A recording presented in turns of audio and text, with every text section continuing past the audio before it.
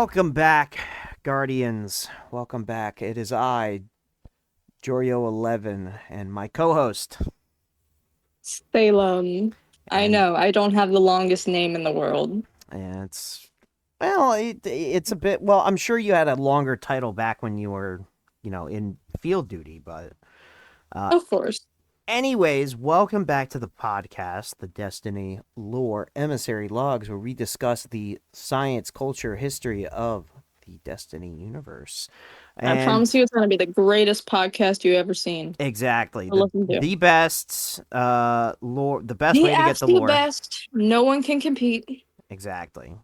And today we're going to be discussing a little bit of a different topic. I know before this we've more discussed history and biographies of characters. Today instead we're going to be doing an episode on the weapon A weapons foundries. foundry. Uh, Anything with weapons just pique my interest. exactly. We're going to be discussing all of, I guess, the big weapon foundries and some little facts and some exotic overview, design philosophy, cool, interesting technology associated with them. This will be a little bit more of a, I guess, a science episode, and for those interested in how weapons work. Uh, anyways, let us get into the topics. So, to start, what are the weapon foundries? So there are various weapon foundries in the city, and each weapon foundry is responsible for creating, obviously, weapons primarily used by the Guardian forces, but also used for the various forces of the last city. I know that they have an acronym, the FOTC, Forces of the City. And they are known to also use these weapons, but primarily the demographic that all of these foundries go for are the Guardians. Um, How important are these weapons really, Jario? Exceedingly, they are so important that the weapon foundries even got involved in major Guardian conflicts, such as the faction wars. So Guardians take their weaponry very seriously, and certain foundries have risen above the ranks to become the staples of the Guardians' arsenal. So we're going to be discussing probably the biggest foundries, and discussing some of their exotics, weapons, yada yada yada. Anyways, let us start with Suros. Suros is a newer, and I say newer because it was mostly developed and established during the City Age. It is a weapon foundry. Their weaponry, their base weaponry, not claimed by factions or groups or whatever, what have you. Their main design philosophy is, when it comes to the actual weapons, they're typically categorized by their white and red colors. A lot of curvature in their weapons. And their design philosophy boils down to function, honed curves, elegance amidst brutality. They're certainly a bit more either modern or futuristic in their design. Now, currently, we'll start with the exotics. The most infamous exotic held by Suros would be the Suros Regime Auto Rifle. This exotic has been in the hands of Guardians for quite some time, and has had not one, but Oh, it's two. that, like, blue weapon I've seen. Yes, the initial version that was designed was more so white and red, but it has gone under retrofits and refits twice in the Guardian's history. One time was the first time it was refit was during the right during the Taken War, and the second time it was refit and given to the Guardians' arsenal was during the its second reintroduction was done when the Guardians visited Rasputin in Hellas Basin. Now, their weaponry Red War, their weaponry mainly stuck to auto rifles, pulse rifles, scout rifles, rocket launchers, and shotguns. Post-Red War, their weaponry involved sidearms, hand cannons, sniper rifles, submachine guns, and even later, just plain old machine guns.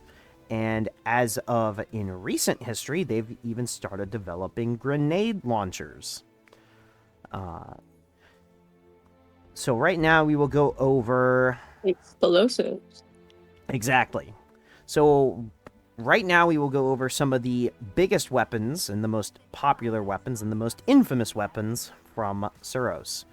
Now, we have some of the older weapons. We'll discuss them first, like an answering cord, which was a auto rifle created by Suros and adopted by the Vanguard.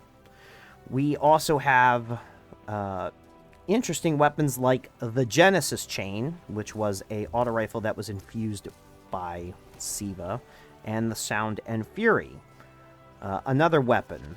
How much has Siva influenced? Back when the Siva crisis was hearing about it. So back when the Siva crisis was really kicking off, it infected the plague lands, and apparently there was weaponry at the plague lands at the time. So obviously it would have infected them and given them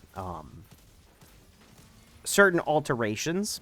Now, the Sound and Fury and Genesis Chain were found by Guardians, the Guardian, the Young Wolf, and the compatriots when they stormed the facility to go fight Axis.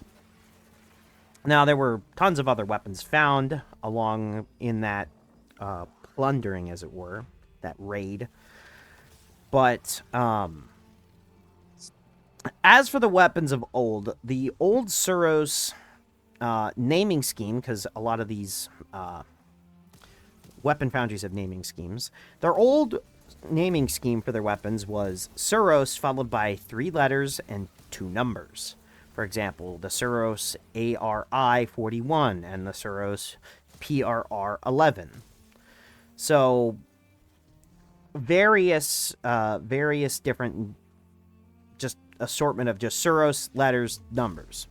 And back in the day, their magazine types and their rate of fires all varied.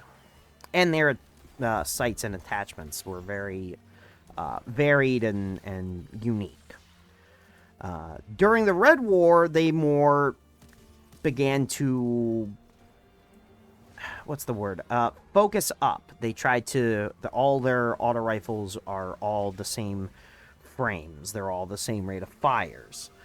I can quickly go over that right now.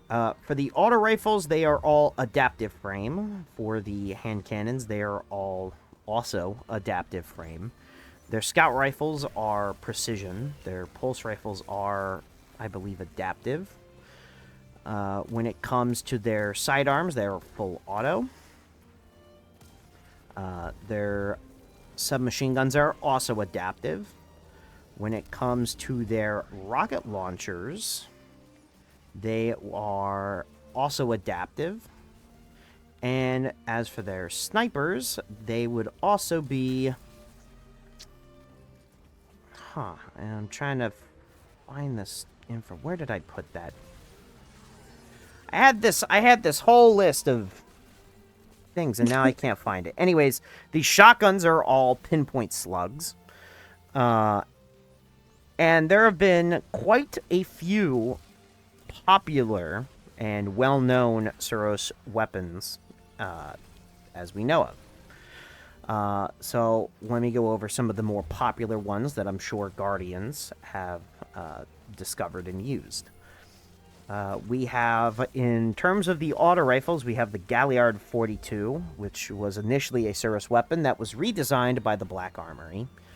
To note, the Black Army will not be discussed in this in these logs. It will, considering its size and importance, it will get a lore log of its own.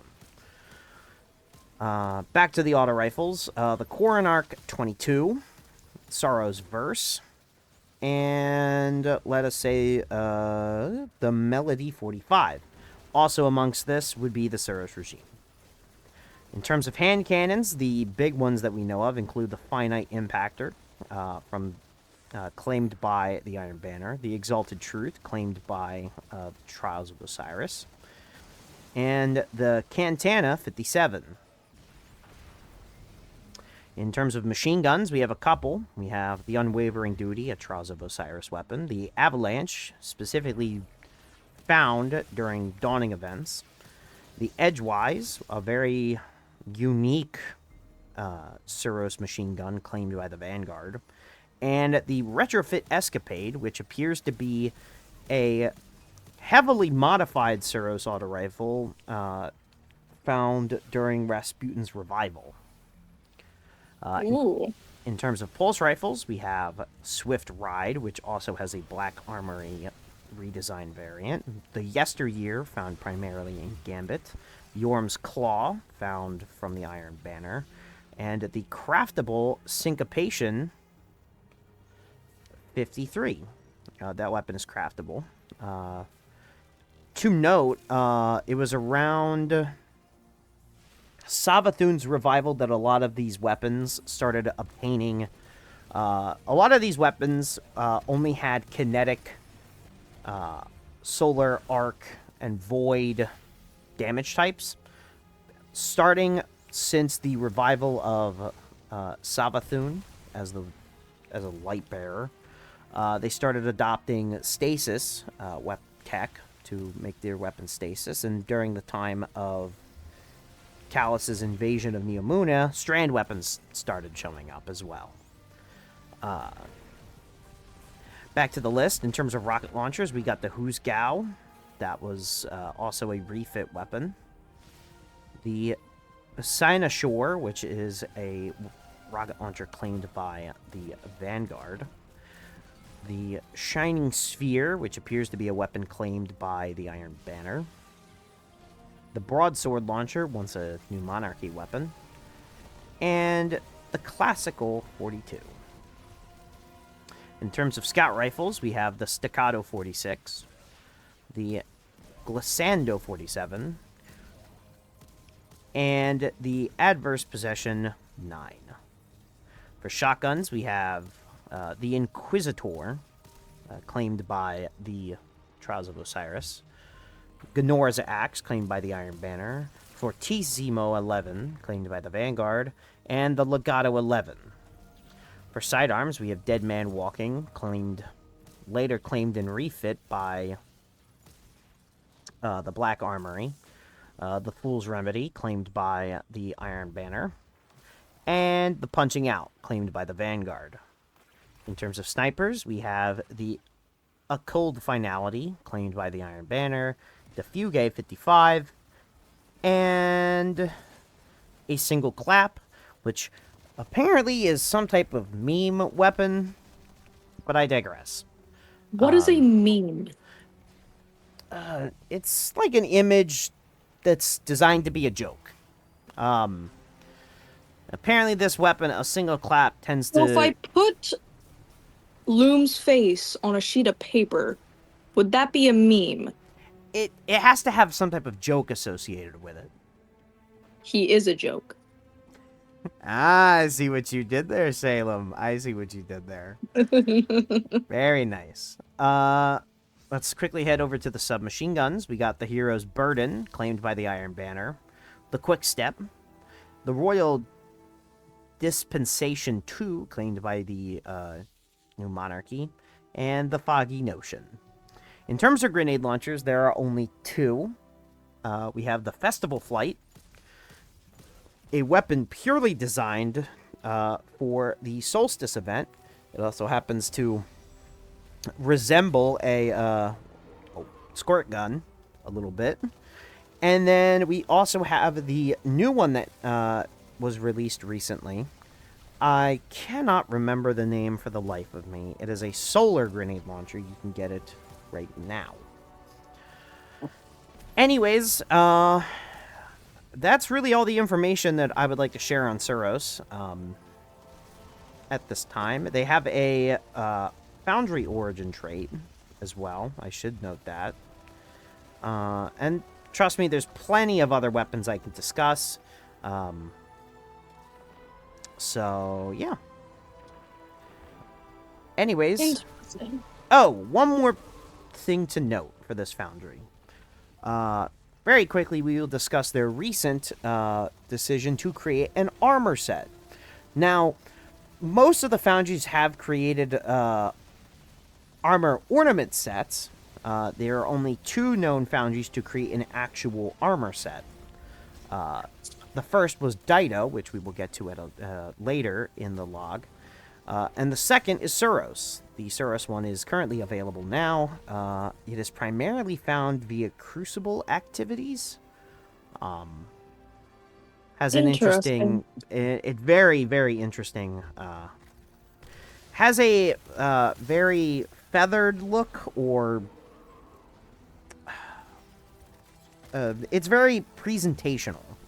Very interesting. Has the same color scheme of red and white, with a little bit hints of gold in there.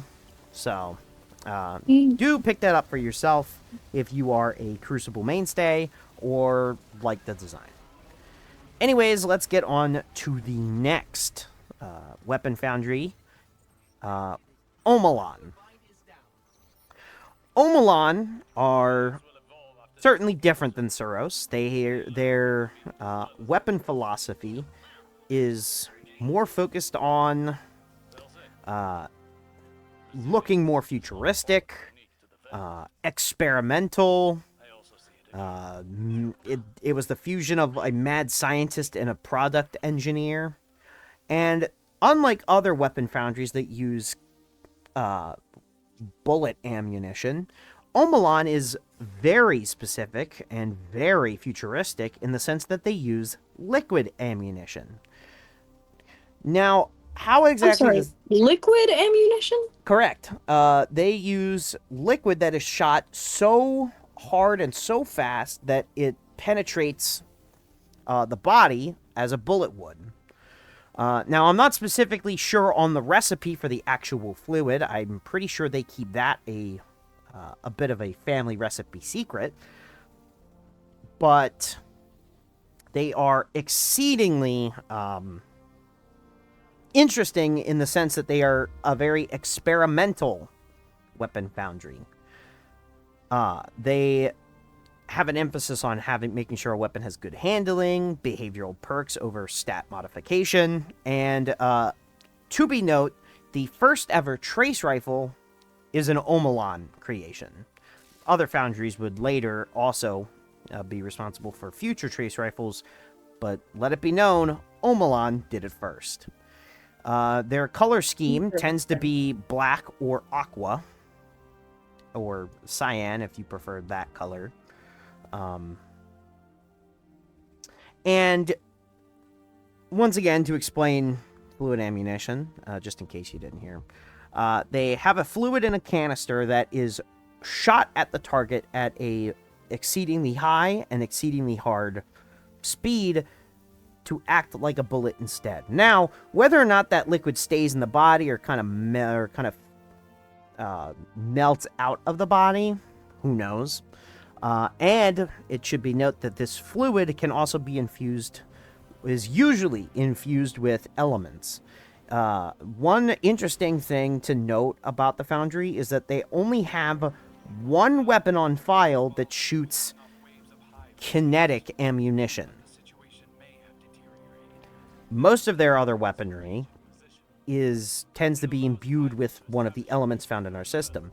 The only weapon to break this type of weapon, having it be kinetic, is the Hung Jury, a very infamous scout rifle that was modified by the dead orbit to hold kinetic ammunition. That sounds very interesting on the tongue. Bungie.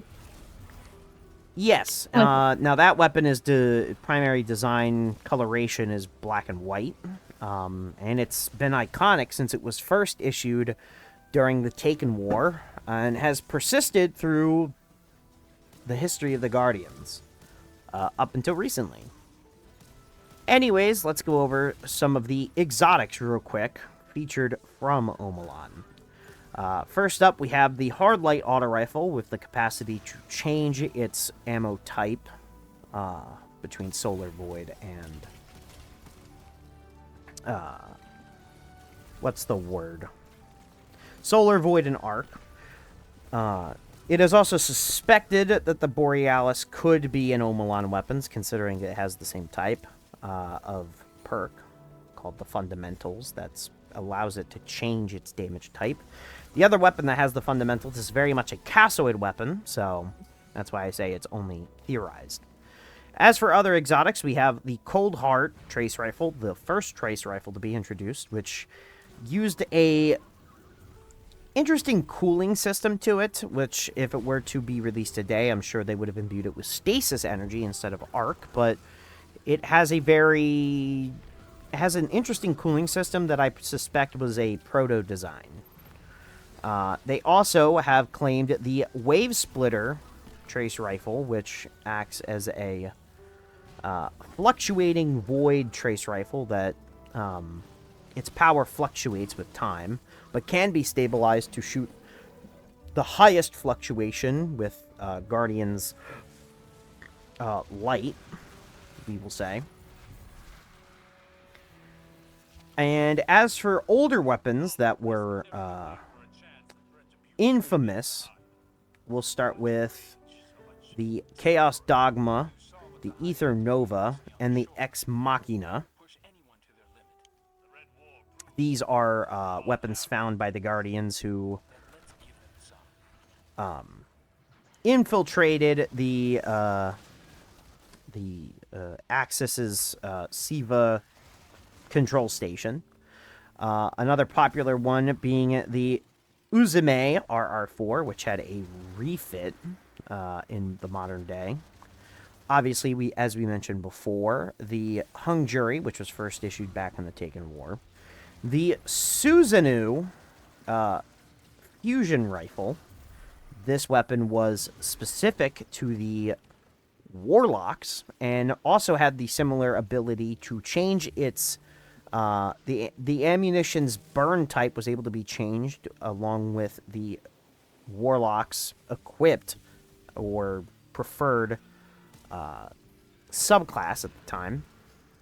And then we also have the Talaluk. It was an exotic found back in the old days. There have been no refits of this weapon. It is lost to time. It was a Warlock exclusive weapon, and it was a scout rifle that had the interesting behavior of when a Guardian was at full power and their super was ready, the weapon was able to become more stable, harder hitting. It had better handling, reload speed, range. It was just overall better when a Warlock decided to not use their super. that must take some self-restraint. It did. Are you saying from experience? Yes, I remember using that weapon quite frequently back in the day. It was quite the powerhouse. And you decided to reserve your super. I like the sound of that. As for, before we go into the Destiny 2 weapons, I forgot to mention the type of weapons that they tend to prefer. They have auto rifles, pulse rifles, fusion rifles, grenade launchers, hand cannons, sidearms, sniper rifles, trace rifles. They do not appear to have any type of outside of their grenade launchers. They appear to have no type of explosives, so no rocket launchers. They also do not have any machine guns.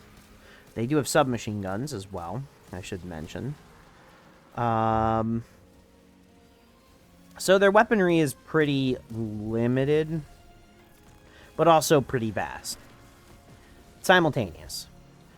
Now, they've had various different stuff. They do have a ornament set for the Titans called Future Facing, I should note.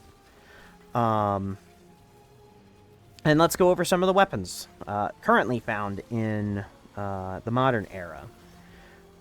For auto rifles, some very popular ones include the Auric Disabler, found in the Trials of Osiris, the Positive Outlook, which was claimed by the Vanguard, the craftable Amit AR-2, which was very popular when it was first discovered to be craftable, and the Kubu AR-3.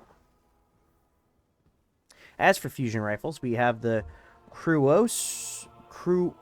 I'm trying to say this correctly.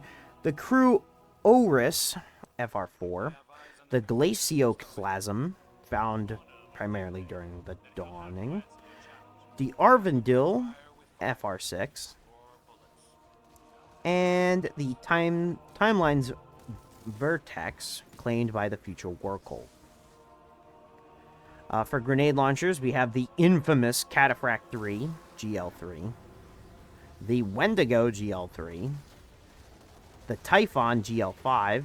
Oh, I should also note, the Cataphract is a Trials weapon, the Wendigo is a Vanguard-issued weapon, and the Memory Interdict, which is a Future War Cult-claimed weapon. For hand cannons, we have the Maihi's Hand Cannon 4, the Crisis Inverted, claimed by the Crucible, the Defiant, claimed by the Future War Cult, and the Shattered Piece. In terms of pulse rifles, we have the Cruel Mercy, claimed by the Vanguard, the Aisha's Care, claimed by the Trials of Osiris, the Stay Frosty, a weapon found primarily during the Dawning, the Ogma PR6, and the Heart of Time, claimed by the Future War Cult. For scout rifles, we have the Taraxipose, a weapon found usually in the Guardian Games event, the infamous Hung Jury, claimed by Dead Orbit, the Pleiades Corrector, claimed by Future War Cult, the Eternal Blazion, claimed by the Vanguard, and one of my personal favorites, the Oxygen SR3, claimed by the Vanguard. For sidearms, we got the Sonoya SI6, the Vision, claimed by the Future War Cult, the Last Dance, claimed by the Vanguard, and the Etana SI4. For snipers, we got the Izume RR4, the Galoo RR3, the Archimedes Truth, claimed by the Vanguard, and the Morning Comes. For submachine guns, we have the Out of Bounds, claimed by the Crucible, the Eurovit MG4, and the Stochastic Variable, claimed by the Future War Cult. For trace rifles, outside of their exotics, they only have two, claimed by them, the Ribbon Tail and the craftable Path of Least Resistance. It should be noted that a lot of the weapons that I just mentioned off are Future War Cult weapons. The Future War Cult tend to favor this weapon foundry above all else. What else is to be mentioned about these, about this weapon foundry? It has the second largest catalog of exotic weapons. I know I didn't say many here, but it's still exceedingly high amongst the all the weapon foundries. The only two foundries that rival them or are better and have more exotics would be the Black Armory, in which it is tied with, and Tex Mechanica, which has the highest number of exotic weapons. There are other weapons that were introduced during the second arrival of the Pyramid ships, with the Cold Denial, Falling Guillotine, Hollowed Words, and False Promises, which appear to have Omelon tech associated with them, but there is no definite connection to Omelan themselves. It is also noted that warlocks prefer this weapon foundry, myself included.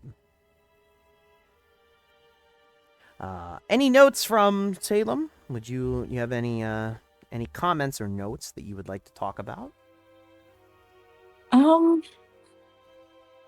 To be fair, I am not the most experienced with your Guardian's Weapon Foundry, but I do find it interesting that all these weapons have their own unique perks and their own, like, thing to make them what they are. Well, they have to. A lot of the weaponry has to be fitted with certain design and battle characteristics to make them exceedingly popular. For example, the Hung Jury scout rifle has a lot of perks that would consider it to be one of the more preferred scout rifles, such as the ability to hold explosive rounds, which exploding liquid fluid is certainly interesting. I can only imagine what that feels like. Oof. Quite rough, I would presume. I've tanked a few bullets in my life, but I don't think I could tank a explosive liquid. It would certainly be interesting. I would also like to note, do you think the Scions might prefer this type of weaponry? A lot of the weapons... Oh, they would have a field day with it. It is to be noted that a lot of the weapons from Omelan are either burst weapons or precision weapons. A lot of them are precision frames, including their scout rifles, their auto rifles, a couple of their hand cannons. Some of them are also are adaptive, 140 rounds per minute. But all over the place, but I'm sure I think they might enjoy Omelan's weaponry. It seems like something I can assure you, if could... it's a precision weapon, then they will master that thing with ease. I can assure you. Yeah, I mean, I would expect so. They might be they might have a gravitational focus on this type of weapon. The next weapon foundry we are going to discuss is the Cassoid foundry. Now, there's going to be a little bit less information on Cassoid. Just a little bit less. Also, I should note, Omelan, before we continue on, Omelan also has a origin trait specific to them. Alright, on to Cassoid. Cassoid is a weapon foundry, obviously, that was founded during the City Age, so they are relatively newer. Banshee is a client of them, and they have a variety of weapons. In terms of their naming scheme, by the way, for Omelan's, I forgot to mention, Omelan's naming scheme is words followed by letter numbers, like 2 letters and a number. For Cassoid, their naming scheme for their regular weaponry tends to be 2 Latin words followed by a Roman numeral. So stuff like the Nox Cantor 2 and the Moss Artis 4. Similar to... It reminds me of the naming scheme for Cabal ships and tanks, using Latin phrases and numbers, which I find exceedingly interesting. In terms of their weapon philosophy, it's unclear what their actual philosophy is, but they have a variety of weapons, and more specifically, they actually have 2 weapons which were collaborations with other non-city groups, and we'll get to those really quickly, but first let's go over some of the weapons, including the Invective Shotgun. It was an exotic that was able to generate ammo from nothing, a personal favorite of Ikora Ray. The infamous hand cannon, the Palindrome, first issued during the Taken War and then reissued after the Red War. Several bows, including the pre-Astyanax and the point of the stag. A legendary weapon that a lot of Guardians get first, called the Kwai Zafan 5. Usually found in Gambit, but a lot of Guardians I've seen gotten it as one of their first legendary weapons. The Summoner auto rifle, primarily found in the Trials of Osiris, first issued back when the Trials of Osiris first came during the House of Wolves Rebellion. Same with the Messenger. That's another weapon introduced at the same time as the Summoner, and both of these weapons would later be reissued in the modern era. And as for exotics, because there's a couple. And the Malediction. That's a hand cannon that was sold by all three of the major vendors: Vanguard, Crucible, and Gambit. Let's move on to exotics, though, real quick. The three exotics that are probably the most well-known include, outside of the Invective, would include the Ariana's Vow hand cannon, a very unique hand cannon in the sense that it is a special ammo hand cannon and acts more like a sniper rifle, considering it has a scope on the hand cannon. And then the other two weapons are collaborative weapons with outside groups. Let's start with the Telesto, which was designed in collaboration, it appears, with the Awoken Monarchy. A void fusion rifle that tends to gain some of its abilities and weaponry power from the Harbingers, which is a type of weapon. So much about that weapon. It is a weapon used primarily by the Queen Marasov and her Techians. Now, putting that technology into a weapon like the Telesto is very interesting. It is also to note that the Telesto is another meme weapon. It appears that the weapon has broken several times in its history and caused some very interesting behavioral patterns. As of current day, it's very much Some behavioral patterns. Are you telling me this gun has a mind of its own? Kind of. It's have some behavioral problems where it's not worked as intended, we'll say. The other weapon that I'm sure Salem here is exceedingly familiar with, is the Dead Messenger grenade launcher, which has the ability of fundamentals, and was a gift from Zavala and Cassoid to the dear Empress Keitel. It is a very popular weapon and very favorited weapon, not only by Empress Keitel, but also Salem here. There are various other weapons that can be noted. The Return from Memory is a sidearm that was introduced relatively recently by the Crucible. That is a Cassoid weapon. Cassoid doesn't have a ton of weaponry associated with it in the modern day. I mean, we also have like weapons such as Star and Shadows and the Quai Nihilist 2. But a lot of its weaponry catalog... Oh, the Ros Argoro 4.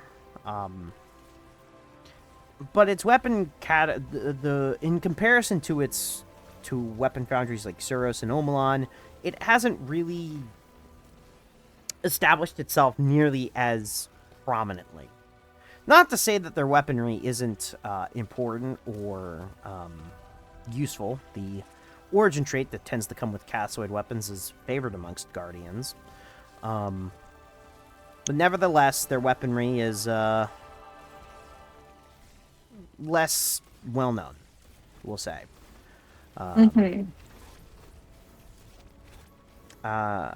That's all I really have to... Oh, their color scheme is black and yellow. And they have a very interesting insignia. And that's probably going to be it for Cassoid. Let's move on to the next one, Weist.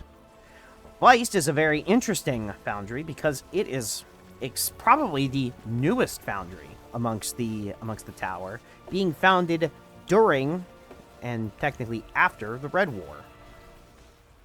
Now, this weapon foundry tends to Their design philosophy is certainly interesting.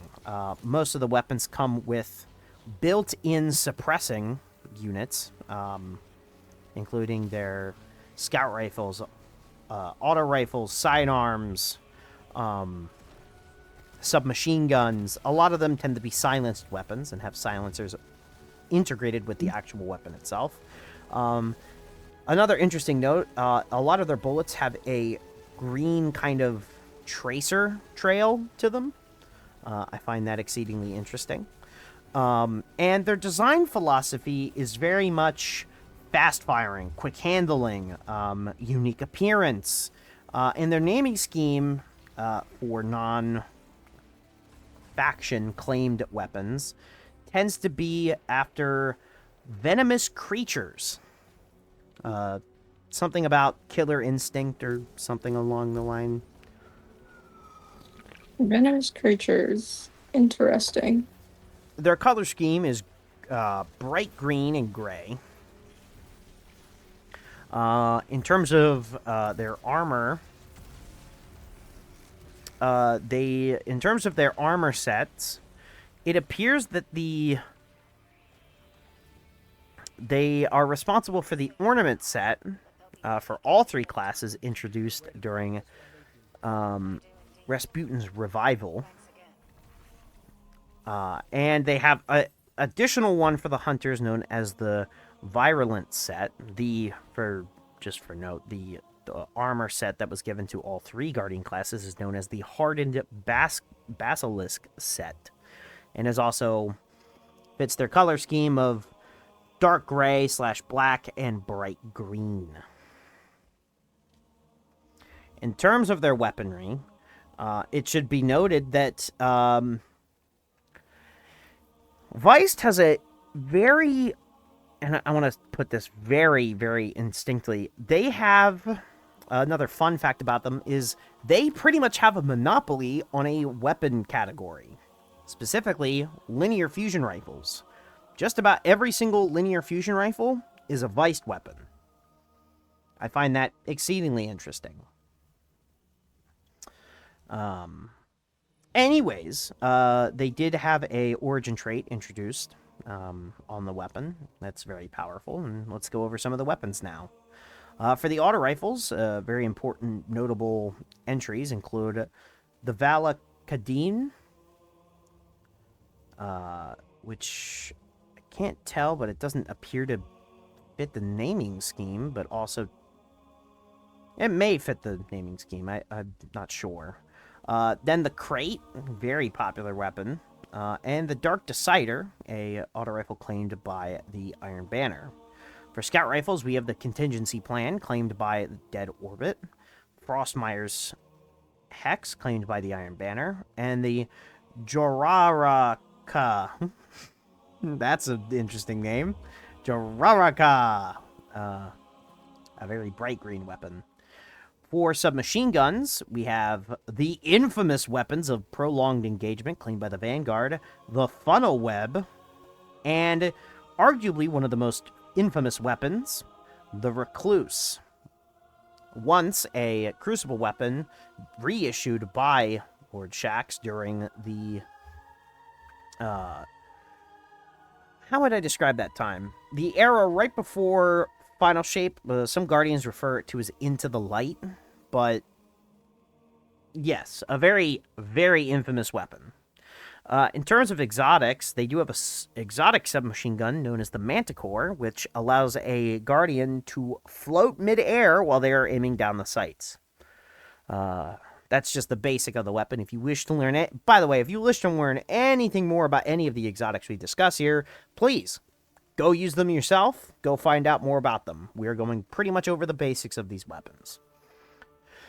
In terms of linear fusion rifles, I don't want to go through the entire list because there's way too many. I'll pick out some exceedingly notable mentions. Oh, there's a whole list. Oh boy. Well, as I said before, they have a monopoly on linear fusion rifles. Pretty much every linear fusion rifle that has ever been issued to the Guardians is a Weist weapon. Including weapons, and I'm just going to mention them here without mentioning their factions. The Boomslang, Minstrel Lift, scintillation, suspectum, laser painter, craftable weapon fire and forget, craftable taipan, and the komodo. There are plenty of other weapons also owned by them. This is just a list of the ones that I can mention now. They do have a monopoly. They also have a couple bows. I should mention all the weapons that they own: auto scouts, submachine guns, linear fusion rifles, bows, snipers, sidearms, swords, new shotgun, new fusion rifle, and a grenade launcher. For the bows, we have such important and notable weapons such as the Fortunate Star, issued during Solstice, Whistler's Whim, claimed by the Trials of Osiris, the Lunalata Warpy, and the Tripwire Canary, a craftable bow. For snipers, we have the Distant Tumulus, claimed by the Dead Orbit, Widow's Bite, and the Urukanji. What is with... I gotta say, what is with Weist and their exceedingly complicated names? For sidearms, we have the 11th Hour, claimed by Dead Orbit, Urchin 3 SI, and the Redback 5 SI. For swords, the Quick Fang and the Gold Tusk. These are the only two known swords, and they are they were once primarily and only used by hunters, but now can be used by all guardians. They recently branched out into the shotguns and fusion rifle categories, in shotguns like the Trachinus, and the fusion rifle, the Lionfish. They also have another exotic known as the Colony, a grenade launcher that shoots insectoid robot spiders that track targets and can climb walls. Very interesting. This, as I've mentioned before, a lot of the weapons were claimed by Dead Orbit. This appears to be their preferred weapon foundry. Yeah, that's really it. That's really all I have to say. Very interesting to note that they, I could see them creating a weapon that, uses some of the technology found in the Weapons of Sorrow with poison. It would make sense for Vice to do such a thing if we ever gave them access to that kind of technology. Obviously, that type of technology is heavily restricted to Guardian use only. As for a lot of the weaponry in terms of getting it from alien species. I also see this being a very, very popular amongst the Scions, as they are stealth experts. A lot of their weapons are fast-paced, so this would probably be more for the stealthy assassin types instead of the sniper type. Anything to know? Any comments you would like to put in, Salem? You say stealthy assassin types. So the only creatures that come to mind when it comes to that, I think of the Elixni. They would probably pick Weist over anything else. I'm sure they've been shot by it enough that they would see it as a certainly something that they could use. It's also the net that Scions also, I mean, from the words of your compatriots and even you, Scions also tend to be pretty good assassins. Oh, don't get me wrong, yes, absolutely. I'm just saying when it comes to Elixni, with their extra appendages, they can position themselves in many ways to be more or less detectable. No offense to our Scion compatriots, but I don't see them climbing on the walls and sniping someone from below. Fair enough. Yeah, that's all we have to say about Weist. We'll move on to the next one. Crux Lamar. Their color scheme is black and gray. Their insignia is a skull. Now, this one's a little bit different. This weapon foundry specifically only specializes in one category of weapon: rocket launchers. They're responsible for 3 exotic launchers, all 3 of which being infamous. One in particular being probably the most well-known weapon in our universe, really, or our soul system, and we'll get to that in a minute. So, Crux Lamar was a weapon foundry, stationed originally out of the Bannerfall Crucible map. Obviously, they aren't stationed there anymore. The two founding members were Faisal Crux and Victor Lomar. And once again, their main weaponry type was rocket launchers. They're responsible for 3 exotic... I could mention a couple of their legendary rocket launchers, but I'll be honest with you, a lot of them are lost to time. 3 exotic ones are not lost to time, though, and currently exist in the modern day. First up is the Truth, a heavy tracking rocket launcher that is able to perform some exceedingly interesting tracking moves just to hit the target. Another weapon that they created was the Dragon's Breath rocket launcher, first issued back when the Young Wolf was just coming to make a name, but reissued closer to the modern day. This weapon was able to pretty much shoot fire and explosives. Its weaponry and firing mechanism and projectiles have changed over the years. But to say the least, it spits fire. And then we get to the most infamous weapon, Gjallarhorn. Gjallarhorn was designed by these two as a memorial to those lost at the Twilight Gap, a very important battle in Guardian and Elixni history. The armor of the fallen Guardians who died at the Twilight Gap was put into the Gjallarhorn weapon. This rocket launcher has been so infamous in the Guardians' history that it is synonymous with some of the biggest highlights of Guardian triumphs, including the destruction of Atheon, Crota, and countless other major threats that the Guardians have faced. This is I've heard that some Guardians wouldn't even let other Guardians join their team unless they had the weapon. Indeed, it was certainly interesting time for the Guardians when this weapon was first issued. As time has passed, this weapon has been reissued twice. Once during the Siva Crisis, and a second time right before the Witch Queen showed up. This weapon used to only have the ability of the Wolfpack rounds, which after the explosion would shoot out these little damaging tracking projectiles, which would also attach to said target, causing more damage. In recent years, it now has been refitted to allow other legendary rockets close to it to also have Wolfpack rounds, making this not only an offensive weapon, but a support weapon. So then what makes the Gjallarhorn so special if other rocket launchers could use that same round? Other rocket launchers would not be able to use Wolfpack rounds unless Gjallarhorn is present. Gjallarhorn allows other rocket launchers to shine. That's what makes it important. And, once again, for a long time, this was the only rocket that could do that. So back during its first and second editions, back in the day, it was just one of the most powerful weapons to ever be created. That's all we have to say about Crux Lamar. Rest in peace to both Faisal Crux and Victor Lomar. Both are deceased as of now. Rest in peace.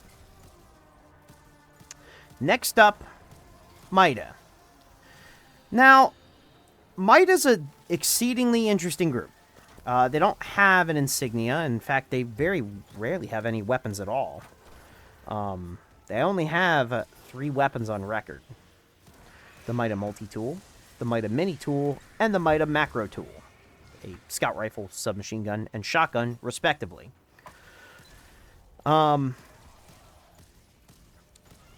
Through the data that I have gathered, Mida appears to not even be from our universe, our timeline. Excuse me? Mida is, let me try to describe how Mida came about. According to the data that we've gleaned from the weapon itself, the weapons themselves, the weapon foundry was primarily founded on Mars.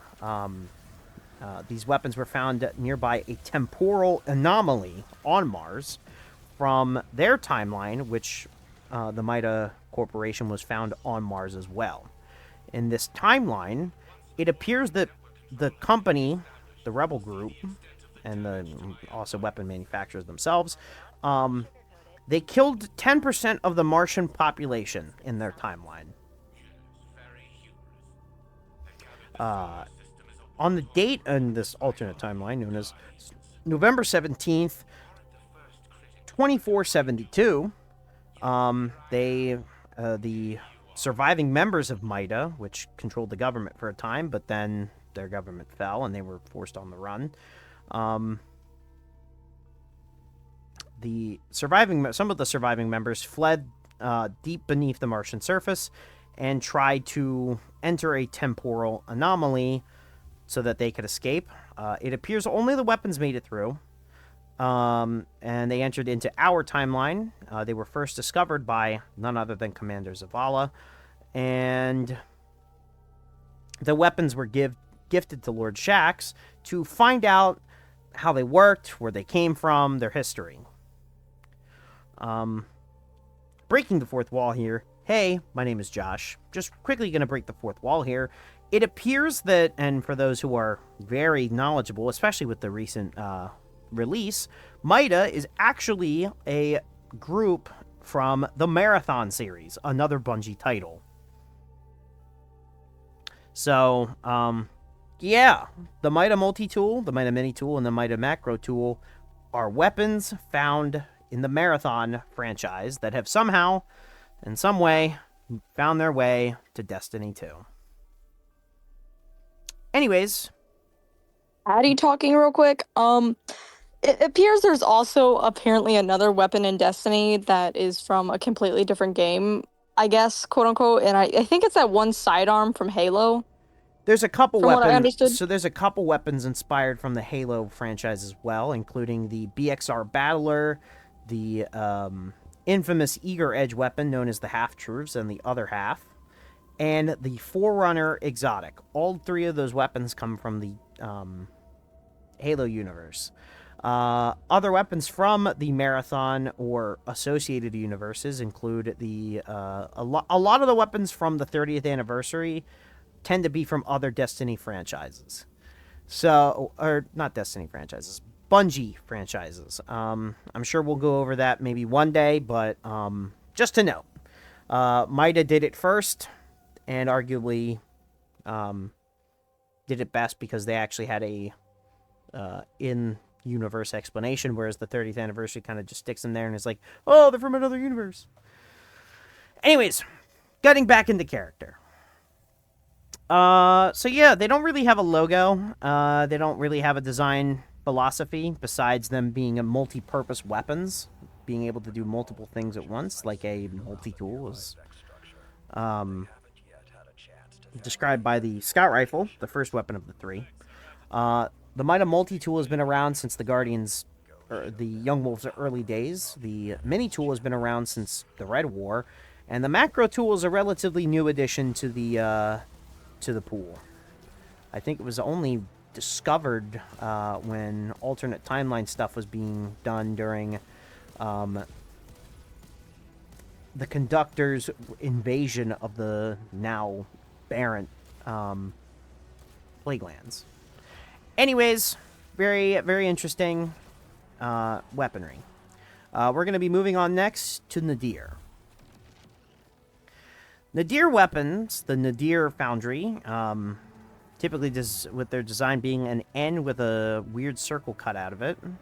The weapon foundry is exceedingly strange and mysterious, even amongst weapon foundries. They only have one exotic to their name, the Nemesis Star machine gun. Meanwhile, their legendary catalog is actually quite well known. They have auto rifles, scout rifles, pulse rifles, hand cannons, submachine guns, sidearms, shotguns, fusion rifles, grenade launchers, and swords. It's interesting to note that nobody in the city can even pronounce their name correctly. Banshee pronounced them Nadir, but other people pronounce them Nadir. This weapon also has its own origin trait. In terms of infamous weapons, we have the origin story and horror story auto rifles, the guiding sight, the nightshade, better devils, something new, the showrunner, unending tempest, Shiora's wrath, the keening, spoiler alert, Enigma's draw, compass rose, very popular weapon, especially for my Crucible friends, deadpan delivery, the retrofuturist, the conjecture, persuader, domino, a cosmic, the wicked sister, the double-edged dancer, and the geodetic, HSM. This faction is relatively shaded in history. I forgot. There's another weapon. The Yoxer's Longsword. My bad. I forgot that one. How could I forget that? That's a great weapon. I didn't mention any of the factions what they belong to because their weapon list is relatively short, and for the most part, their weaponry, the group itself is relatively hidden in what's the word? They're not well known. They're very secretive. The Nemesis Star machine gun was an interesting weapon that was first issued back during the SIVA crisis. I think its exotic perk was that the more kills you got with it, the more it sped up the rate of fire, or slowed down. It was one of the two. Anyways, it's been lost to time ever since. That's going to be it for Nadir. We will move on to the next one. Next up, we have Dido. Dido, which the main colors are white and blue. They were actually a weapon foundry that was likely and exceedingly predicted to be discovered not during the City Age, but during the Golden Age. Exceedingly old. Their weapon philosophy and design appears to be very Japanese inspired. The president of Dido is Chiyoko Mei, which doesn't really, it further, very much Japanese inspired. Their design logo is There are so many Earth languages I need to learn about. Well, yeah, a lot of them unfortunately have been lost to time since everybody kind of speaks the same language now, but it is what it is. Anyways, they have a variety of weapons associated with them. Armor set wise, they are responsible for the exotic armor known as the Gemini Jester for the hunters, and they also have an armor set for each of the classes called the Moonfang X7 set. All three classes possess them.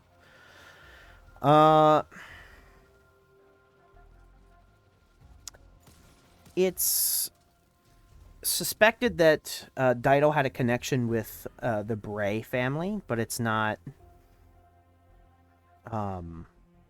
detailed how deep or how related the two groups were. In terms of their weaponry, a lot of it is legendary gear, but that is mostly lost to time. But we will quickly go over some of the exotic weapons that they possess. The major ones include the Jade Rabbit Scout Rifle, first issued back during the Taken War. Then reissued during the Osiris's Return.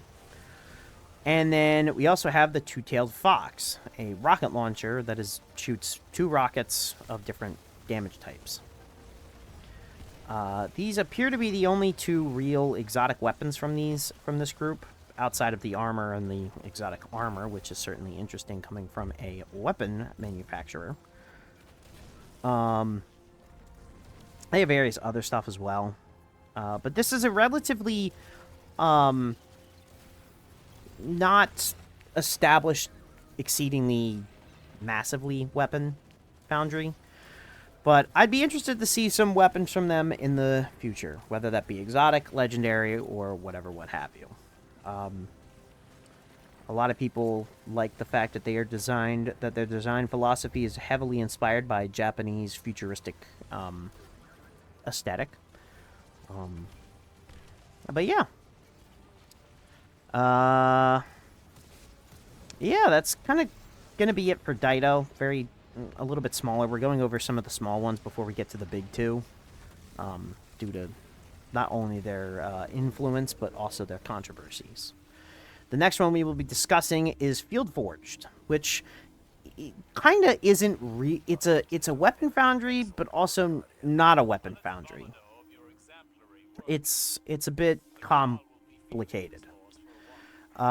This weapon foundry doesn't really have a major manufacturer. Most of the weapons are actually scavenged weapons that have been refit to work in the modern era. They have various weapons amongst their arsenal, including sidearms, submachine guns, pulse rifles, snipers, hand cannons, auto rifles, grenade launchers, swords. And there's various ones I could mention. I'll mention some of the legendary ones before we get to the known exotic. Some of the weapons include the Allied Demand sidearm, the Deadweight shotgun, the Controlling Vision sidearm, Borrowed Time submachine gun, the Guiding Star auto rifle, the Jurassic Green pulse rifle, the Old Sterling auto rifle, the infamous Multi-Mach submachine gun, the Servant Leader scout rifle, Ormond's Anvil auto rifle, the infamous Immortal submachine gun, the Live Fire scout rifle, and the infamous Dire Promise hand cannon. It's interesting to note that a lot of the hand cannons by the Field Forged weapon foundry appear to have a very old school Western approach. They look like something out of an old Western. And a lot of the weapons resemble a lot of older Golden Age weapons. The auto rifles tend to look a little bit like old-fashioned AK-47s. The snipers tend to take after the Dragunov sniper rifle. And the sidearms tend to be maybe based off of old weapons, like maybe the Colt M1911. By the way, all this information I gleaned from the Cryptarchs, who deciphered this stuff, so I can obviously use it here. But yeah, there's a lot of interesting weapons. They do have. It appears that a lot of the leadership for the Field Forged weapon foundry, and I say that with quotations, is Soraya Hawthorne and Devram Kay. Their insignia is 2 hammers, and their coloration is green. And the one exotic that is heavily known by this group is the New Land Beyond, and I think by extension we could say that the previous version of the weapon, the Old Land Beyond, is also a Field Forged weapon. For those who don't know, the New Land Beyond is a sniper rifle that has iron sights and progressively does more precision damage the more precision shots you land. But yeah, that's kind of it for them. They're simultaneously relatively new to the Guardians' arsenal because they were only started showing up after the Red War. My guess is because they were scavenged by fleeing Guardians. And yet, a lot of the weapons tend to be weapons from the Golden Age and pre-Golden Age. So, very, very interesting. Do you have any, comments on that? Or no, not really, Salem. I'm going to be honest, I'm kind of speechless. It's Um, certainly interesting. I mean, I'm sure the Cabal have used older weapons before. I don't know too much about your I'm not weaponry. sure about Barents.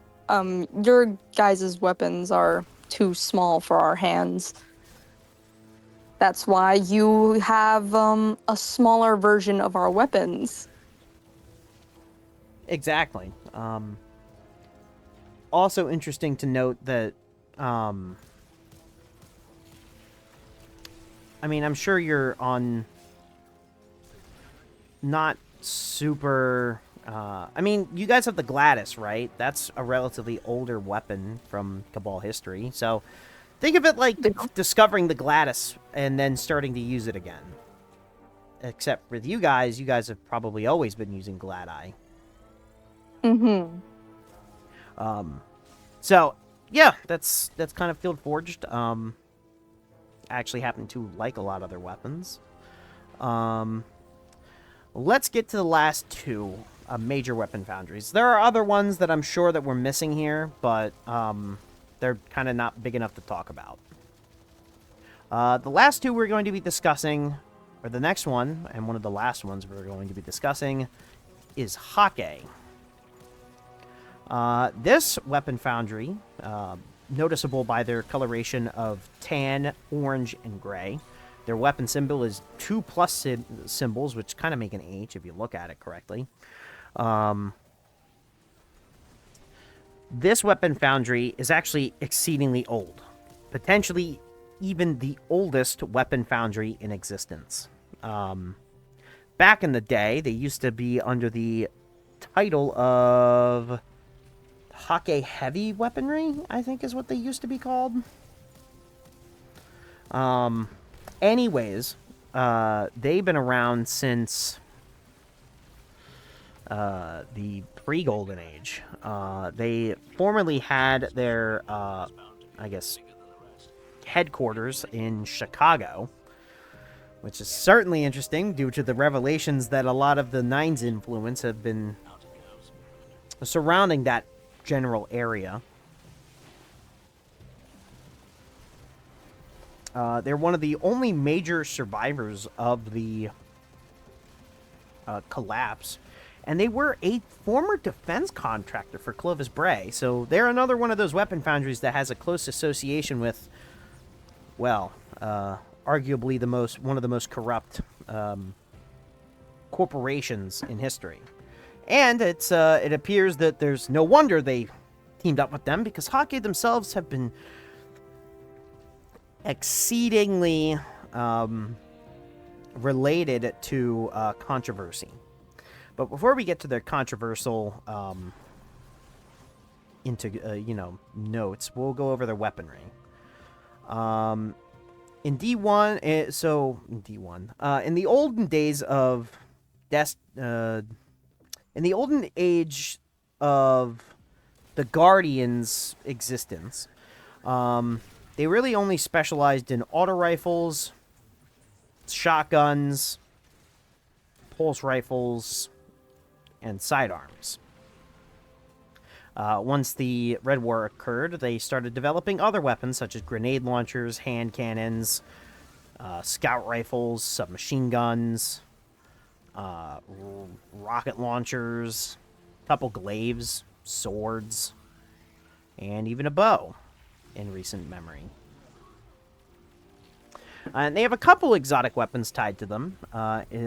Older exotic weapons that you probably won't see anymore, and you'll have to talk to the old veterans of the tower about, would include the... Let's see here, where is it? The Fabian Strategy, which was an old-school auto rifle. It was exclusive to the Titans. There was also a shotgun that they had back in the day. That was also Hake property. I forget the name of it, but it was specific to Titans who used the bubble super. If I do believe correctly, its unique perk was that as long as you were inside of a bubble, you never had to reload the shotgun. So exceedingly interesting. One of the weapons, I do believe, there was a pulse rifle that they had. That was, yes, the Was it the Fever? No, it was the Steel Medulla. My bad. That was the pulse rifle that they owned that was affected by Siva. The Fever and Remedy is another weapon. The Zeal Vector, yet another weapon.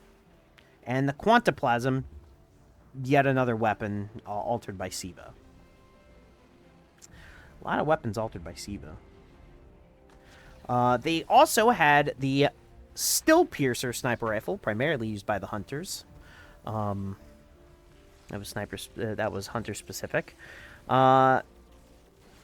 Various other weapons. They are responsible for introducing one of the first ever sidearms, or some of the first ever sidearms, outside of the Vestian Dynasty sidearm introduced in during the Wolves Rebellion. They have a lot of interesting and very infamous weaponry. Once again, the Fabian strategy comes to mind. It was an auto rifle that had, for those who don't know, it had shielding at the front of the weapon, which was certainly very interesting design choice. It was like a riot shield a little bit on the front of the weapon. But very, very old. Oh, it appears I forgot to mention. Hake actually also has an armor set. Wow, I kind of forgot. Silly me. They do have an armor set, the Deep Explorer set, found when Guardians delved into the mind of Callus. Once again, a lot of that armor set also exemplifies their coloration scheme, that being tan, orange, and black and gray. As for the weapons, we'll quickly go over some of the other exotic weapons. The Revision Zero Pulse Rifle Sniper Rifle Hybrid is actually from them, but interestingly enough, it holds alien technology inside of it. And another very infamous weapon, especially amongst the older veterans, the Icebreaker. A sniper rifle with the ability to regenerate ammo from nothing. Exceedingly powerful. Now, let's get to the weaponry before we get to the controversies.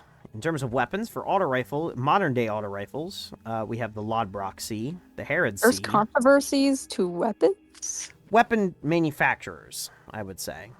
Hake has been broiled in controversy themselves.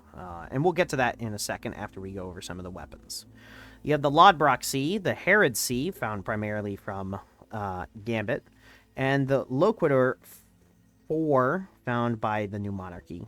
For the grenade launchers, you have the Marsilian C, Salvager Salvo, once sold by the Vanguard, Crucible, and Gambit. You also have the Acantha D, a weapon that was later refit with Black Armory tech. For hand cannons, you have the Aureus Neutralizer, a spread shot hand cannon. Oh, I forgot to mention, Hake revolutionized spread shot hand cannons. That is their one of their claims to fame. The Fonurtria Farah, another spread shot hand cannon. Krimel's Dagger, owned by the Iron Banner. Pure Poetry, owned by the Vanguard. The Bad News, and the Prebina. For pulse rifles, we have the Belisarius D, owned by the Crucible. The Craftable Disparity. The Velez X, a weapon sold by all three of the activity vendors. The Craftable Ragnhild D shotgun. Toil and Trouble, sold by the Vanguard. The Quit Claim Shotgun 3, claimed by the New Monarchy. And the Balagan shotgun. For scout rifles, you have the Admetus D, the Perses D, the Telemachus C, the Song of Justice 6, claimed by the New Monarchy, the Frontier Justice, and the Good Counsel 9, also claimed by the New Monarchy. For submachine guns, you have the Title, found primarily during Guardian games. Cold Front, found primarily during Dawning. The Atalanta, not Atlanta, but the Atalanta, with both of its regular and Black Armory refit. And the Hander, that's an interesting name. The Hander submachine gun, claimed by New Monarchy. For sniper rifles, you have the Keen Thistle, claimed by the Trials of Osiris. The Veleta F, the Albruna D, claimed by the by Gambit. The Showa Force, also with its refit from Black Armory, and the Long Shadow, claimed by the Vanguard. For rocket launchers, they have the Crowning Duologue, found primarily during Solstice. The craftable Palmyra B, very infamous weapon, one of the primarily used first ever crafted weapons, and the Scipio D. It is also known that the upcoming weapon, the Micromort, will also be Hake. For sidearms, you have the Boudica C, the minimum distance, and the Athifade D. I hope I'm saying that correctly. Excuse my pronunciation. For glaives, they were one of the first to get into the glaive game after they were discovered during Savathun's reawakening and resurrection. You have the Rake Angle, owned by the Vanguard. The Albedo Wing, given out during Dawning. And the Judgment of Kelgarath, a craftable glaive. They only have one sword in existence and one combat bow in existence. For the sword, it's the Synesthesia, and for the combat bow, it's the Mercury A. Now, let's get to their controversies. Hake relatively has a history of kind of taking alien tech, and usually by not so legal means. They tend to send out people to steal or capture or bribe to obtain certain technologies, including the core of the hive axe of the Darkblade Kelgarath, a servant of Zebu Arath. I'm sure that might piss you off. And the cage device that Dominus Gaul used to capture the Traveler, which they obtained by Scion rebels, likely the ones that betrayed Empress Keitel. They also had the old version, Hake Heavy Industries. That's what their name is. They were very much into xenoarchaeology, which is the study of aliens. They're also responsible for the creation of Synthweave, which Guardians now use to transmog armor sets to look like other armor.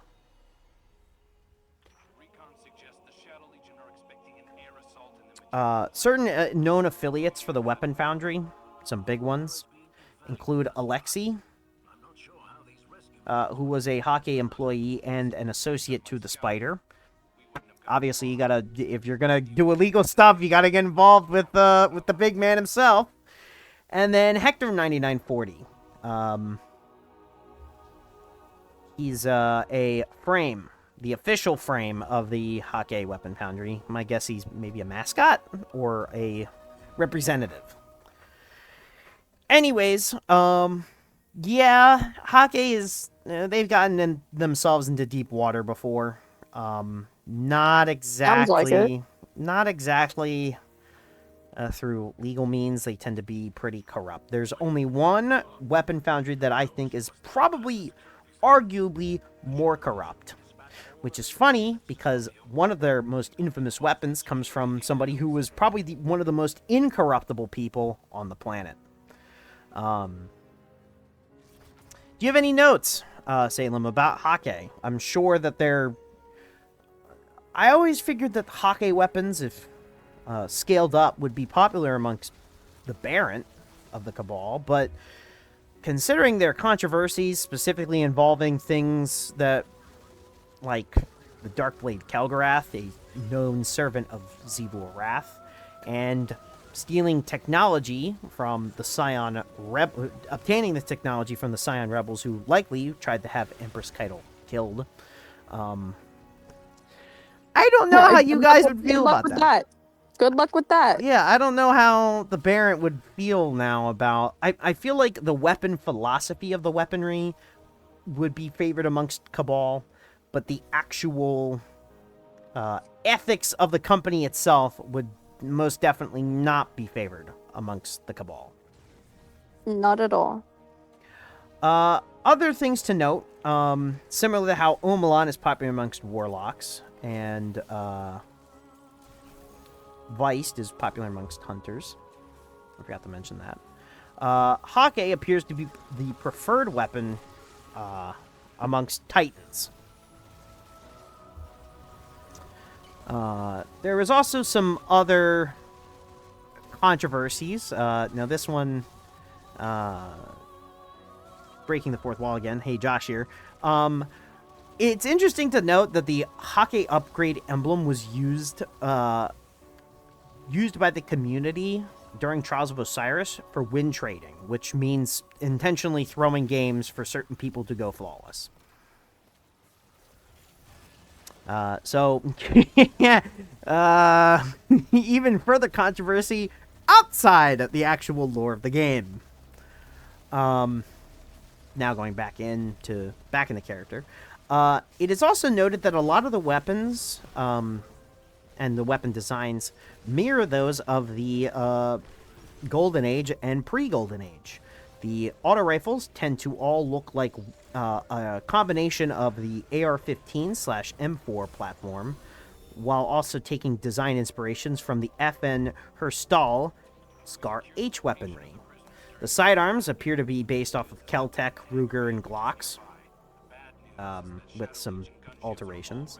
The submachine guns appear to be based off of the IWI Uzi, and some of the Heckler and Koch MP7s. Shotguns appear to be the Mossbergs, and maybe even Spaz 12s. And their sniper rifles tend to mirror the Barrett M82s and the M107s,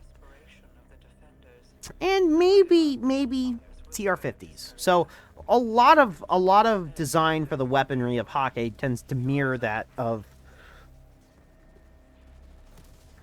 the Golden Age, which kind of makes sense because they were around during the Golden Age. So, exceedingly interesting how a design philosophy before the collapse made it through the collapse and is being used in the modern day. But yeah, that's kind of it for Hake. At least the stuff that I would like to go over. And we're going to get to the last weapon foundry. The one that has probably some of the most controversies. But also, simultaneously, one of the most beloved weapon foundries. And last but not least, let us discuss Tex Mechanica. Tex Mechanica's I've heard that name before. So the Tex Mechanica Foundry, their design aesthetic is the Wild West of the pre-Golden Age era. Their insignia is a bull skull. And their coloration scheme tends to be varied. For some of their color scheme, it's tan and red, but then for other of their weapon coloration scheming, gold and wooden finish pattern. It appears to be one of the oldest foundries. Not older than Hake, of course, Hake or Dido, but old in comparison to all of the post collapse foundries. They have a origin trait. By the way, Hake also has an origin trait, same with Field Forged, and Nadir. As for their weaponry, they don't have a ton of legendary weaponry, but they have quite a lot of exotic weaponry to go over. So let's go over quickly before we go over the weapons. Let's go over the armor sets. They have a full armor set for all three classes, known as, for the hunters, they have the TM Erp. For the Titans, they have the TM Cogburn. And for the Warlocks, they have the TM Moss. In terms of... they also have an ornament set for the Warlocks known as the Wrath Trail. They also have various exotic ships, sparrows, and ghosts, all of which tend to be having Western designs. In terms of the legendary weapons, we'll go over some of them. The Wilderflake Grenade Launcher, the Wild Style Grenade Launcher, sold by the Vanguard, the Terminus Horizon,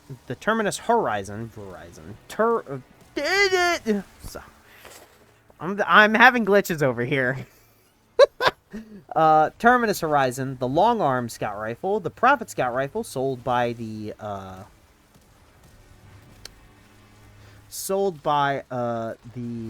Trials of Osiris, the Last Right Scout Rifle, sold by all three of the major activity vendors, the Wastelander M5, which appears to also not only be from Tex Mechanica, but maybe an outer universe. An alternate universe. The Liminal Vigil Sidearm, the Yeartide Apex submachine gun, a personal favorite of mine, and the... This is going to be really funny. The Boondoggle Mark 55. Okay. Now, let's get to the exotics. Now, we'll first go over an exotic that has been unfortunately lost to time. That exotic being the First Curse hand cannon. The sister weapon to probably the most infamous Tex Mechanica weapon. The First Curse's whole shtick was precision hits and aiming down the sights, which corresponds with its alternative, its sister weapon, the Last Word. The Last Word, instead of focusing on aiming down the sights, is designed to be shot from the hip. And even the hammer for the weapon is fanfire. So to describe what fanfire is for people who don't know, when your one hand you hold the weapon and you hold the trigger down, and in your second hand you fan the hammer, and every time the hammer is pulled back, it shoots forward and shoots the round. So you do this multiple times. It's a very fluid motion and very reminiscent of the Old West. In terms of their other exotics, you have the Chaperone Pinpoint Slug Shotgun, the first Pinpoint Slug Shotgun. Also, I heard Amanda Holliday liked that weapon. that was her preferred weapon. She used it to get herself to the last city. It was initially owned by members of her family. Now, funny enough, the Chaperone has its controversy, despite the fact that it was used by somebody so beloved as Amanda Holliday. When the weapon was... Is it because she shot Crow with it? No, the shotgun was part of a Tex Mechanica sponsored weapon contest. And the Tex Mechanica Weapon Foundry tried to bribe the young wolf and other guardians to use the weapon and make it outperform its competition. And when that failed, they bribed the contest holders themselves to make sure that the Chaperone would win. Tex Mechanica is very much known for bribing. Heavily known for bribing. Other What can weapons... go wrong with a good bribe? Other weapons include the Huckleberry, a submachine gun that has a interesting... I'm sorry, say that name one more time. The Huckleberry? Mm-hmm. I'm sorry, that just gave me a memory of something a Guardian told me one time. I apologize. Okay. Then we have... I remember this Guardian said in a very strong southern accent, I think it was to another Baron. He told me the story, how he called another Baron, "You're my Huckleberry," in a very strong southern accent. And I don't know, I found that term funny ever since. Okay. Very interesting. I don't know quite the epitome or the colloquialism of that term. I'm sure some of my experts on the Old West culture could tell me what a huckleberry is, but who knows? Other weapons include the Prospector grenade launcher, which has sticky grenades, and the Dead Man's Tail. Now, before I get into the controversy surrounding that weapon, let me go back to the Last Word and why the Last Word's an interesting case, especially amongst Tex Mechanical weapons. The Last Word that we use, and the ones that's been mass-produced, was not the original Last Word. The original Last Word was used by a very infamous Guardian by the name of Jaron Ward, who eventually gave that weapon to Shin Malphur, the man with the golden gun. The weapon itself has a long history, or an exceedingly famous history of being used by some of the most well-known and heroic Guardians. Now, Tex Mechanica got the rights to the weapon and mass-produced it. Not necessarily a controversial or bad move, just interesting how they took a weapon that was infamous and then got some of the rights to it and mass-produced it. But regardless. As for the Dead Man's Tail, the weapon itself was used. What has that weapon mired in controversy is that the weapon was the preferred weapon of Catabases, who, for those who don't know, was a Guardian who became a shadow for Callus. Shadows are the assassin group that Callus tends to use to enact revenge plans. And continuously mostly fails each and every time. Including Catabases himself, who died aboard the Glycon, where Guardians would discover the weapon.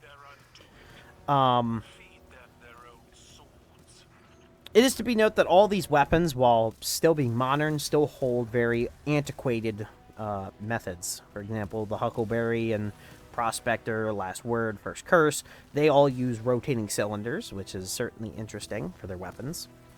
The Chaperone uses pinpoint slugs, and the Dead Man's Tail, you have to load 2 rounds at a time. It does not have a magazine. It's a tube-fed scout rifle. And it's lever action, too. So before every round needs to be shot, the lever below the weapon itself needs to be sprung forward and sprung back. Same goes for the other Tex Mechanico scout rifles, like the Long Arm, the Prophet, and Last Right. Interesting to note, their grenade launchers are double fire, which is pretty unique to them. To Tex Mechanica grenade launchers.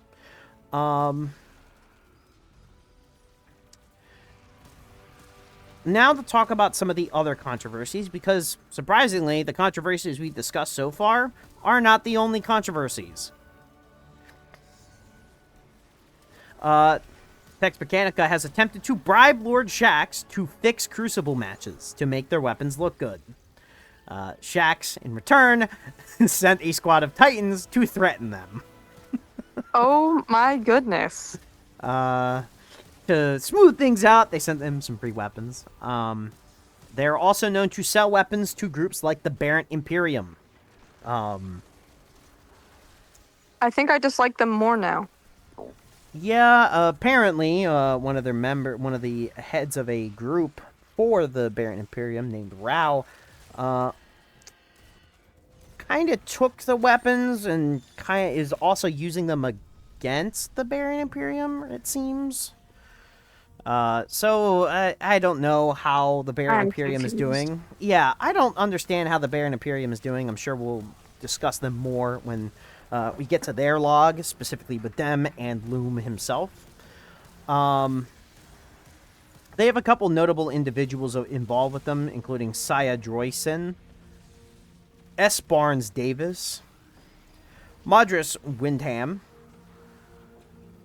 Tex 9940, which appears to be one of their representative frames, and the 2 most important names, especially in recent history, is one of the CEOs, Cesar Bizet, whose son is Nazaire Bizet. Nazaire Bizet is the old name of a very infamous figure in recent history. Dredgen Bale. That's right.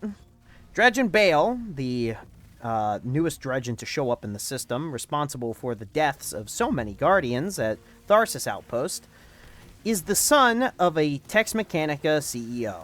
And using that was one of the reasons why, or probably one of the reasons why, Tex Mechanica weapons were found in the possession of the Barrett Imperium. I've begged the Empress just for me to once get back out there and kill one Dredgen. I begged her, because I hate this Bale guy. Tex Mechanica is also favored by hunters for obvious reasons. For the record, Jaren Ward and Shin Malfer were also hunters.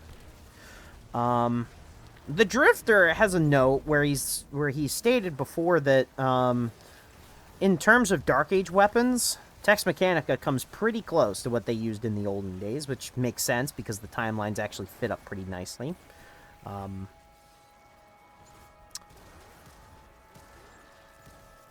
But, yeah, that appears to be the history of Tex Mechanica and their controversies.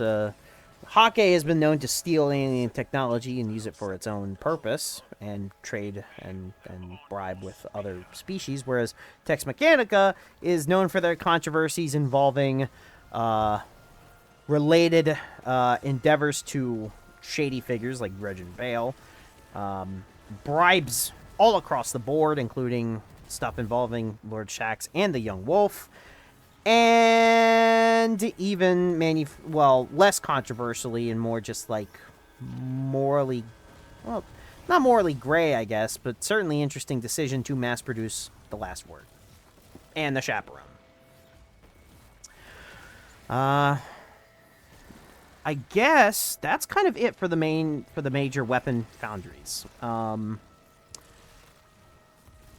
In terms of other, I'm sure there's other weapon foundries that we are not really mentioning, or that I failed to mention. If you do know of any other weapon foundries that we didn't mention, please put them in the comments below. There's kind of no other notes we really have on the weapon foundries. We went over pretty much everything. We're going to break the fourth wall here really quickly. In terms of my favorite, my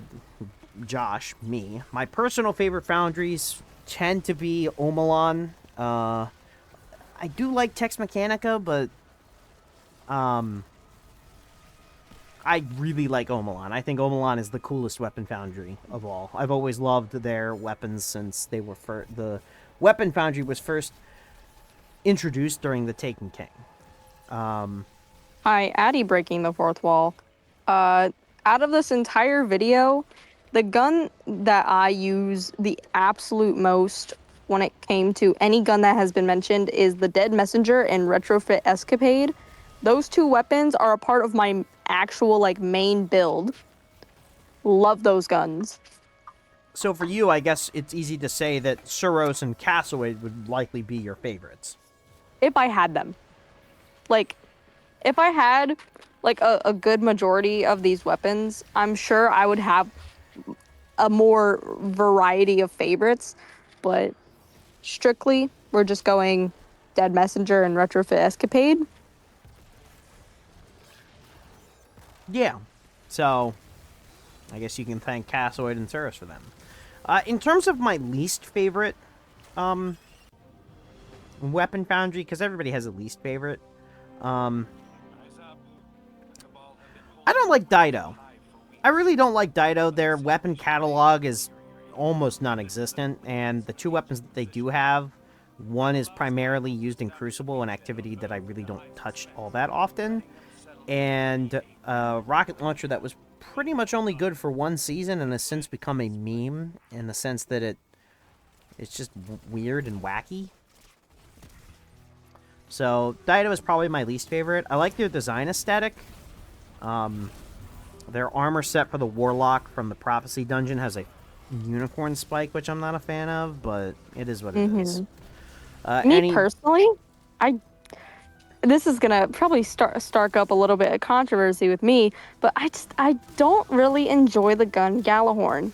I don't.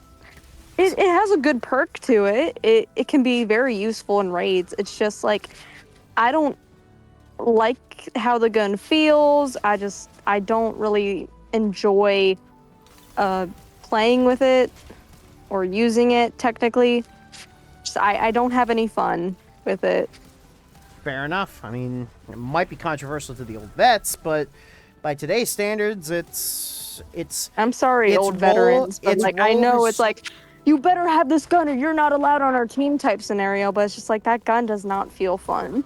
right, and I feel like maybe the tonal shift of the weapon itself from being the most offensive monster, especially against in terms of DPS against bosses, back in the old days, has now shifted to more of a support weapon, and that may be also a reason why it's kind of fallen out of favor with a lot of the newer Guardians. But anyways, I've I've had more fun with the gun, like with the rocket launcher you recently helped me get, which was Deathbringer. That weapon is so much fun to use because I could be doing damage to a boss. I could be shooting this thing like 50 feet up in the air, and then just to watch that huge burst damage happen as soon as all the things land on him. It's so satisfying. by the way, you should just a side note, you should really keep an eye out on Zur for when he's selling the Deathbringer catalyst, because I have that catalyst. so I the have the catalyst for so it. the catalyst makes it so that you don't have to shoot it as high in the air to get the maximum amount of Sweet. fall I just need distance. to get more kills with that thing then. Pretty much. Good thing it's a rocket launcher; it can get a lot of kills really quickly. So before we do the outro, I wanted to mention what's going on with Destiny 2. So, as of today, or the Yeah, day it's of the been iffy recording, for Destiny lately. as of the day of this recording, which is February 22nd, 2026, a couple of days ago, it was announced that the Shadow and Order DLC has been delayed to June. Right now, the game is not exactly in the best of state.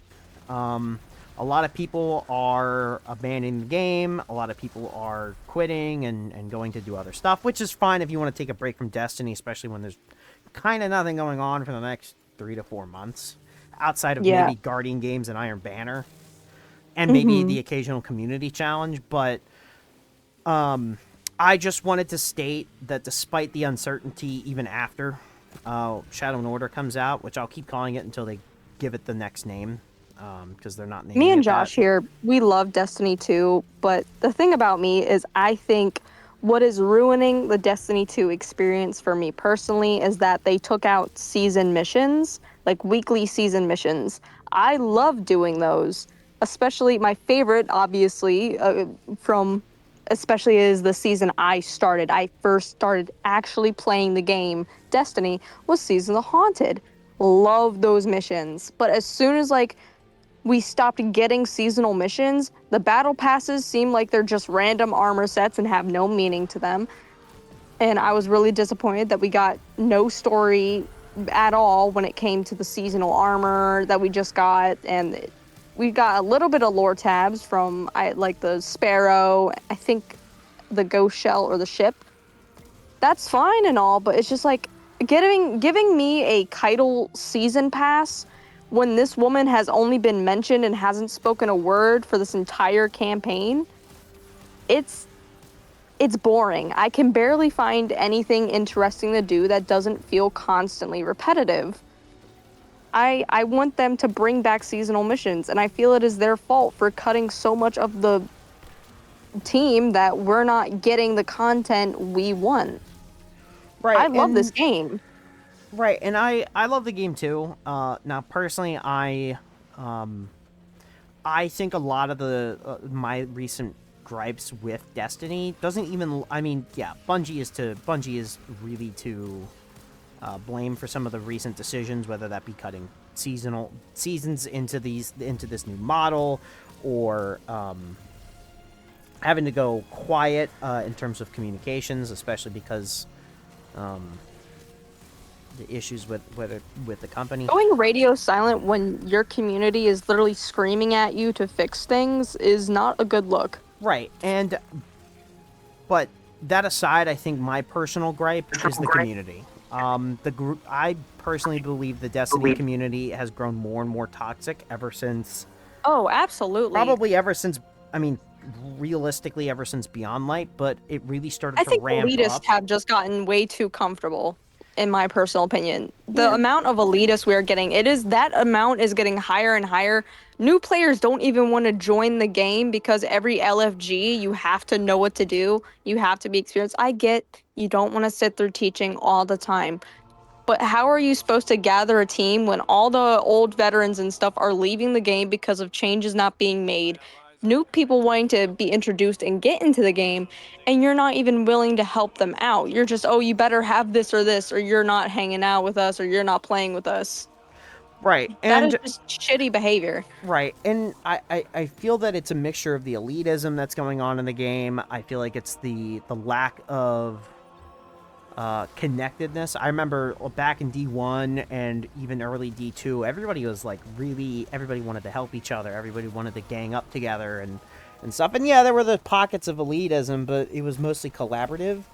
And I think as time has progressed after Beyond Light, when the first mass exodus happened due to the Destiny content vault, it's progressively gotten worse and worse. And I think it really started to ramp up after Lightfall, which was the second mass exodus, and the third mass exodus would have been Final Shape, and then the fourth one, Hmm. which is arguably the worst, was Edge of Fate. Now, Edge of Fate, in my opinion, wasn't the worst campaign we have gotten. I think in standards of how I've played, I think the worst campaign that I've possibly played was Lightfall because it felt extremely rushed.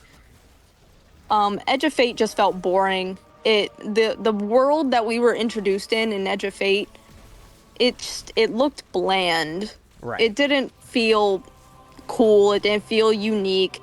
It just felt like a semi more colorful version of Mars.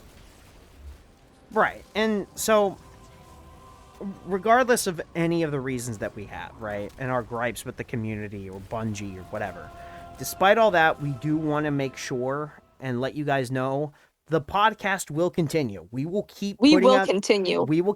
episodes every week.